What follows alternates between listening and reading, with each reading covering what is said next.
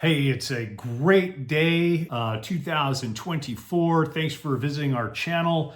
And I have decided to go with training today on mindset and skills, activities, and taking action in order to help you become a better listing agent and succeed in real estate. So my name is Brent Conley. I am with eXp Realty, proud of that. I used to own brokerages in California and in Arizona. I've been in the industry 22 years, thousands of real estate sales, predominantly listings and running teams in both states for over a decade. I grew independent brokerages in 2 states, 420 agents. Had a couple partners with that, and I've owned a total of, I think, 7 different brokerages throughout my career. Today, like I said, we're going to go over some mindset, some skills, activities for you to do in order to become a better listing agent and make more money. So let's get started here. To become a better listing agent, you've got to start talking to people. This is a huge issue in our industry right now because we have consumers that want to text everybody and email and DM everybody and to communicate that way, which I totally get. It's faster, it's easier, and I personally love that type of communication. But it's a huge issue if you're trying to sell somebody something, right? There's a lot that gets lost in translation through text messages. And, you know, I've got a bunch of agents that I coach, and they're always trying to negotiate through text. And it's one of those things that there's probably 10% of the time that you can make that happen if both parties are trying to get that negotiation done and you guys are pretty close. But are you doing your client the best service possible if you're just texting with another agent on the other side trying to get your offer accepted? Okay, so think about that. Think about if you're in a multiple offer scenario. How are you selling that offer? You know, there's a lot of times we'll get offers and on our listings that the agent never calls. I'm like, huh? What do you mean they just sent over the offer? It makes no sense. And they don't want to bother you as the listing agent, or they're a lowball offer or something. I'm not really sure, but I think your chances of getting an offer accepted diminish greatly if you do not speak to the listing agent. So if you're a buyer's agent watching this video, you have to talk to the listing agent. You've got to sell your offer. That's part of your job. Now, if you're a great listing agent, you should talk to every single buyer to actually see if they're qualified, to see if they actually have funds. There's a lot of nonsense out there that you'll go through, and you'll put something in escrow that if you just accepted a blind offer because you got excited and you didn't do the job fully, and this happens all the time. So if you're a client of mine and you're watching this, or a future client of mine, then just know that we absolutely talk to every single agent and we interview them with their offer. And so I would suggest, if you're a listing agent here, to get better, interview the real estate agent about their client that's writing an offer on your listing, and quit texting everything. Get them on the phone, and you are going to put together stronger deals, stronger transactions. You're going to pull the emotion out of how bad they want that property. What would hold them up from closing? What are their intentions on writing a huge repair list, right? So think about those things when you're doing. So quit texting so much, get them on the phone. Next one, how's your schedule, right? Right now, people's schedule in this business, their schedules are a complete disaster. I can't even believe what's going on in this industry. They don't have a written daily schedule of like, hey, I'm going to prospect, or I'm going to call clients from this time to this time. I'm going to follow up from this time to this time. They don't have any focused time to build their business. right? And a lot of this time it's they're chasing squirrels, right? Or chasing cats. And I say squirrel because it's like something's going to distract them. Boom, they're going in a new direction. They're like, hey, I'm going to make 5 phone calls. They make 1 phone call. Some email comes in or some thread comes in on Facebook or whatever, and they get completely derailed. And that is causing massive, massive production loss in a real estate agent's business right now. So think about what your habits are and how to navigate through not being distracted. Number 3, the discipline daily gets you to wherever you want to go as long as it's written down. If you write down your goals and you're like, man, I've been off track, now I'm going to get back on track. And you've written down your goals and you have to have the discipline in order to achieve those goals. If you don't have a written goal, number 1, you don't know where you're going. And number 2, if you don't have the discipline to do the tasks and take action towards those goals, you're never going to accomplish that. It's vitally important to navigate through, your business plan, if you have a business plan, or your goal, to break down that time that's needed, the time allocation needed in order to accomplish those. And normally you can do this by numbers. And let's just say it takes you on average 30 to 50 phone calls a day in order to get a potential lead. Well, if you want 20 leads a month and you think that's going to be enough on lead generation in order to close 1 or 2 transactions per month, then that's your ratio, right? Most people don't even know that ratio of like, hey, if I call my sphere of influence and I make 30 phone calls on my sphere of influence, I'm going to pick up 1 or 2 leads. Almost a guarantee within that next year time frame. And if you write that down, okay, I'm going to pick up these leads in the next, day or 2, and they're going to buy within that year time frame. Then how many days do I need to prospect in order to get 20, 30, 40 leads in order to hit my goals? Now, if you're working Facebook leads, if you're working pay-per-click leads from Google, if you're working Zillow leads, whatever, there's going to be a ratio in that you need to look at that, but you have to have the discipline in order to reach those goals. Let's talk about the goals. Now, some people are lost. They're like, daily schedule, huh? Discipline? I don't want that.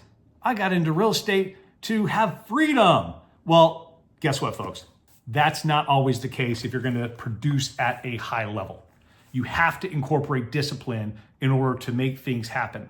And if you don't have written goals, you've got a problem. If you don't have any discipline in order to stay focused on your goals, you've got another problem.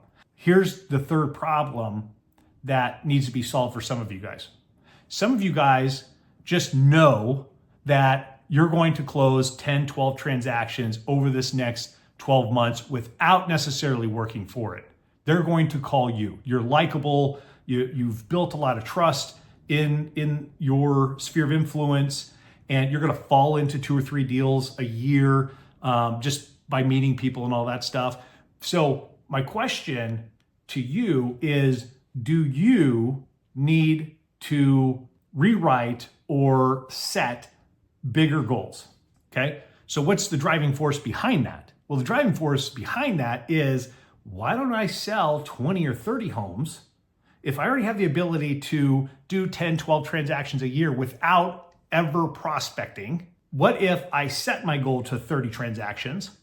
Now I've got to come up with a new business plan and set that intention to prospect for X amount of transactions and X amount of phone calls per day, and I need the discipline to achieve that. What if you added 10%, 20%, 30% more discipline in your daily routine in order to prospect, in order to get the business, right? So 20%, let's just use the number 20%.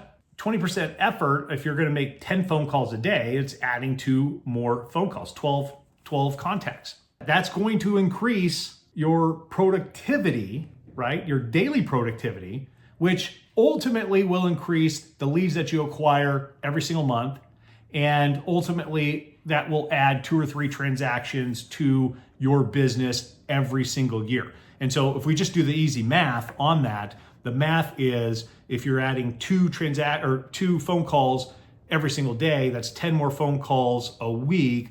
That's 30 to 40 phone calls a month. Let's say it's 40 phone calls a month. And if it takes you 30 to 40 phone calls in order to get a lead times 12, you're gonna get 12 more leads per year. And if there's sphere of influence, you're gonna close like 8 of those transactions, right?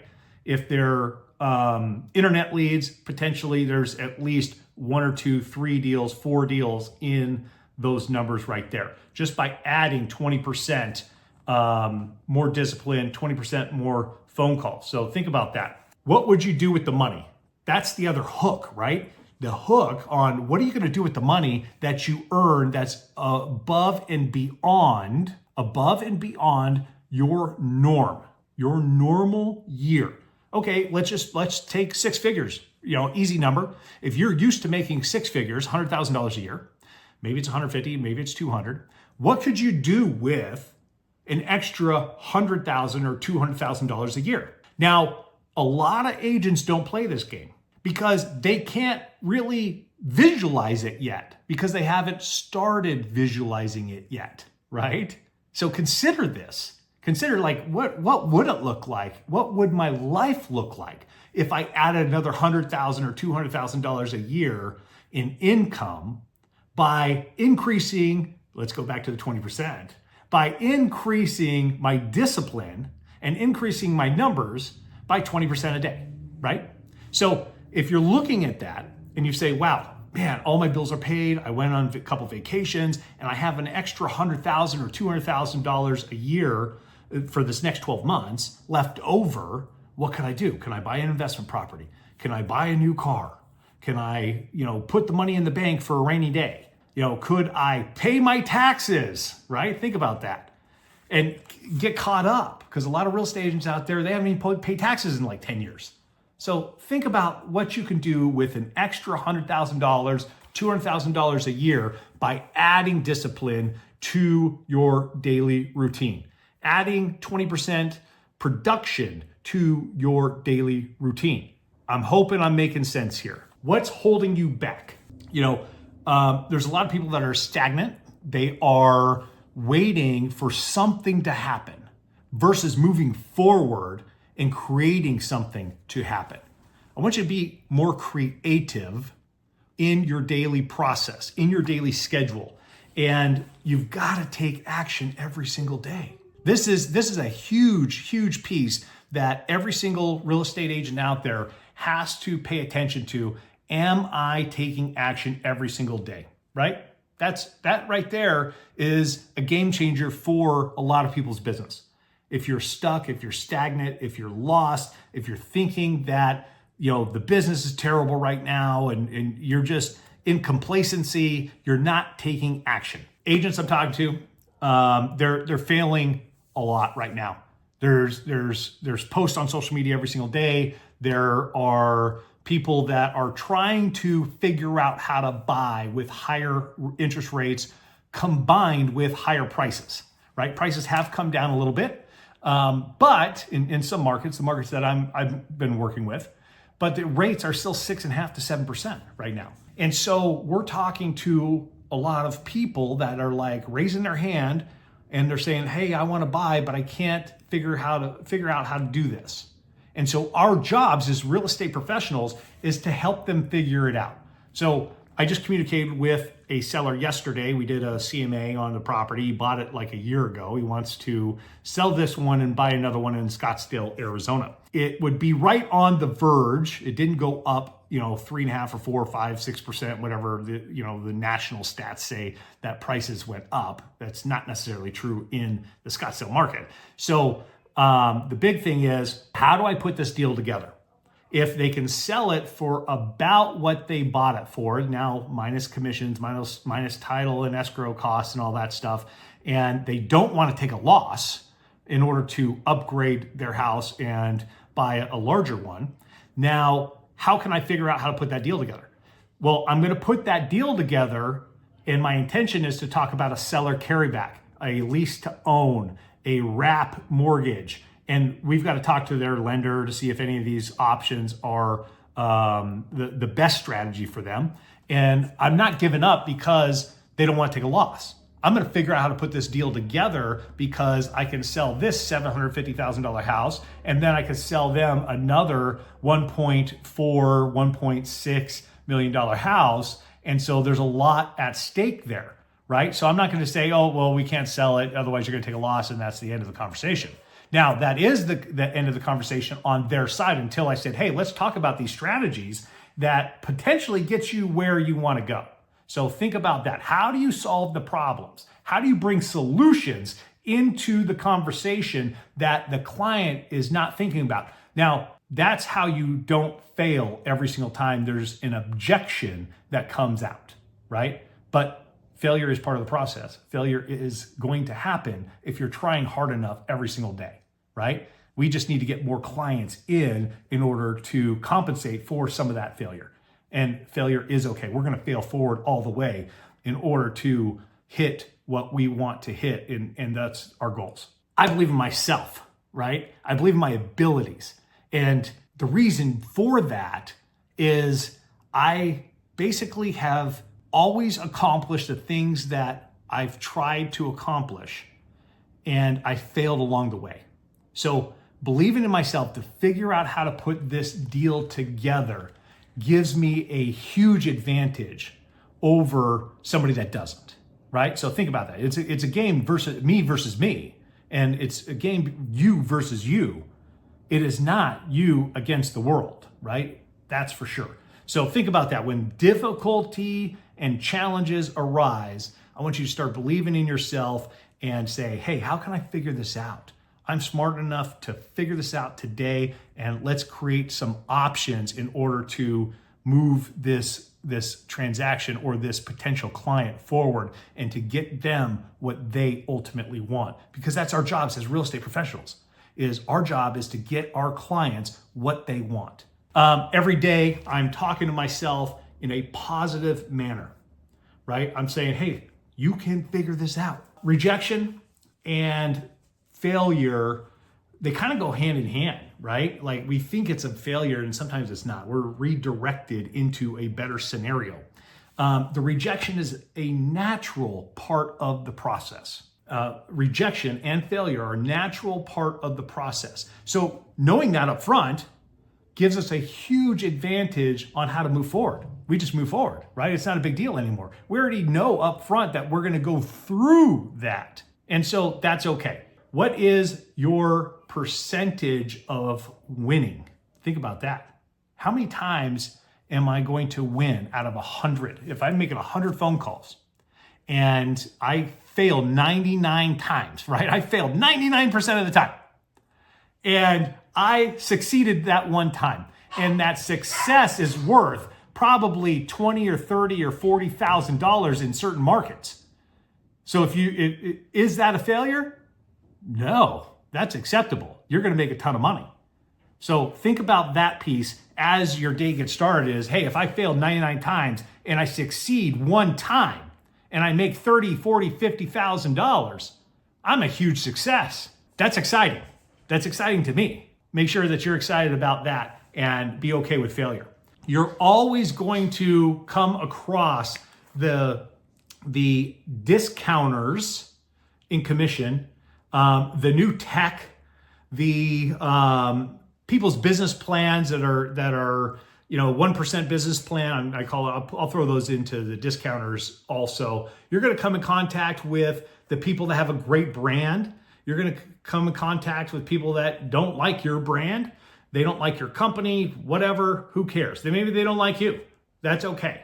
But you can figure out how to compensate for that, how to sell around that, or say, you know what, that's not for me. I'm going over here and I'm going to go get this business over there. All of that is part of the process. It's part of the game of real estate. We're going to be out commissioned. We are going to be out marketed. We're going to be, outpriced. We're going to, there's a whole bunch of things that are going to happen in our businesses, and that's okay. Just know that you're going to win every single day as long as you don't quit. It's a huge, huge advantage for anybody that doesn't quit and keeps going through the hits that are coming your way. I think I said this before, but I'm failing forward every single day, right? The rejection doesn't bother me whatsoever. It did it in the beginning. And at times, I will admit this, it does bother me. But the next phone call lessens that, right? So if I'm teaching somebody how to prospect, I'm going to have them call one or two friends or family just as their first phone call in order to get over that anxiety of making phone calls. And then that, second, third, fourth, fifth phone call, whatever it is, in order to call the FSBOs and the expireds and the circle dialing in order to start getting into a mode of where they can face rejection. They get some wins up front, then they can face rejection if they're not strong enough and they're developing that muscle to move forward, the resilience to move forward. So think about that as you're writing your business plans and trying to figure out how to become a better listing agent. That is, write down the word resilience. Every time I make a phone call and I get rejected, I need to be resilient and get back on the phones, and somebody needs my help out there. Maybe it's not this person, maybe it's not these 99 people, but that one person, they need your help for sure. Let's see here. I wrote down, what am I learning from my failures? One of the things that I did for years is I recorded myself on phone calls prospecting. And so when I did that, I listened to myself and I'm like, oh man, I shouldn't have said that. I shouldn't have said that. I should have said this, and I'm writing that down. So every time you're reviewing yourself, not judging, you're reviewing yourself, and you're saying, I can bring this solution into my conversation. I can write this script out better, so I memorize it, and then the next time this objection comes up, I can handle it this way. That's how you're going to succeed in this business on the phones every single time. Next thing, there's a lot of people that are negative about the market right now. Being positive about the market is 1,000 times better than being negative. And I want to say it's 1,000 times better than being negative again, because agents and lenders, they naturally, and just human beings, they naturally go negative on challenges that come up. And you need to be the light in every single scenario. You need to be the positive person in every single scenario. And if something comes out with interest rates that go negative, as everybody else complains and they're moaning about interest rates, and you're the person that's coming out and saying, hey, I have a solution. Rates are 50% higher than they were, a year ago, or whatever the case may be. Maybe they're a point higher. Okay, whatever. I can still solve problems. I'm gonna put everything else on social media, everything in my conversation with somebody over the phone, every dialogue that I ever have with every human being is about bringing solutions to them and their scenario. Think about that. Instead of, man, rates suck. Well, no, they don't. You do. Your attitude sucks. I'm not working with you. Well, you're already losing. How about, rates are a challenge at times right now, but this is how we're bringing solutions into the equations for our sellers. This is how we're bringing solutions to our buyers so they can afford to buy in this market. We're getting credits from the sellers. We're doing 2-1 buy downs. I've got grant money coming in for this buyer over here because they fit this criteria and these qualifications, and that's what's allowing him to buy the property and get his payment lower.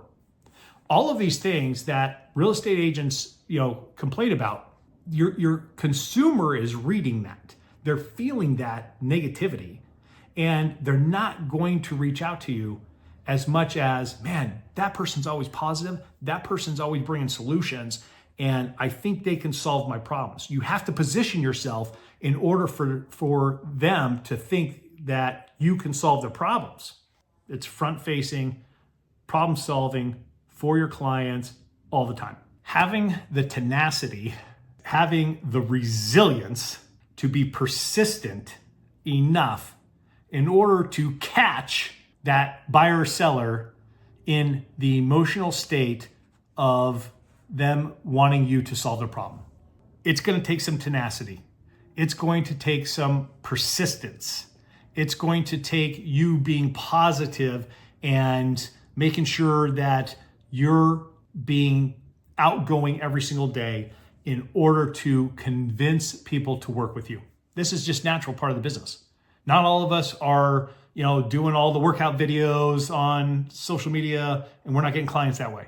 Not all of us are, just naturally attracted to clients that all want to buy $1 million properties. Some of us are going to have to work for it, and that's okay.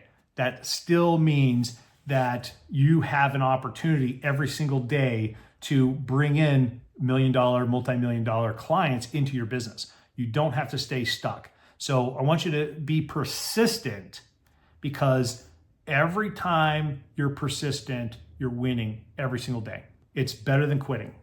The sellers don't want to hire a loser. The sellers want to hire a persistent winner with tenacity that is not going to give up on selling their home. So there's a lot of agents out there that already gave up on selling their home because the interest rates are. When those homes expire, you, with resilience, with persistence, with the tenacity to keep calling them, proves to them you deserve the expired listing. And that's what's going to give you an advantage in a tough market like today. All right, think about that. Every day you got to remain focused during your prospecting time. I think we talked about this already, but it's just another reminder. Every single day you've got to remain focused. There's always going to be things that come up, bumps in the road, things that arise in a real estate agent's day that are going to try to take you off your schedule. And you can't allow that, because you have to hit that daily goal of talking to X amount of people, whatever that goal is. Write down, just keep moving forward. I love those 3 words. Keep moving forward. Whatever happens, I'm moving forward. That right there is a great piece of advice that I hope you guys keep focused on. Is, hey, this happened. It was kind of not good, but I'm moving forward. Keep moving forward. Make that next call. Let's go. All right. Hey, this is Brent Conley. I appreciate you watching this channel. Share this information with somebody. Hit the like button, hit the love button, subscribe, and send out this link to somebody else in real estate that might need a little bit of encouragement on how to become a better listing agent. All right, this is Brent Conley. Have a great day.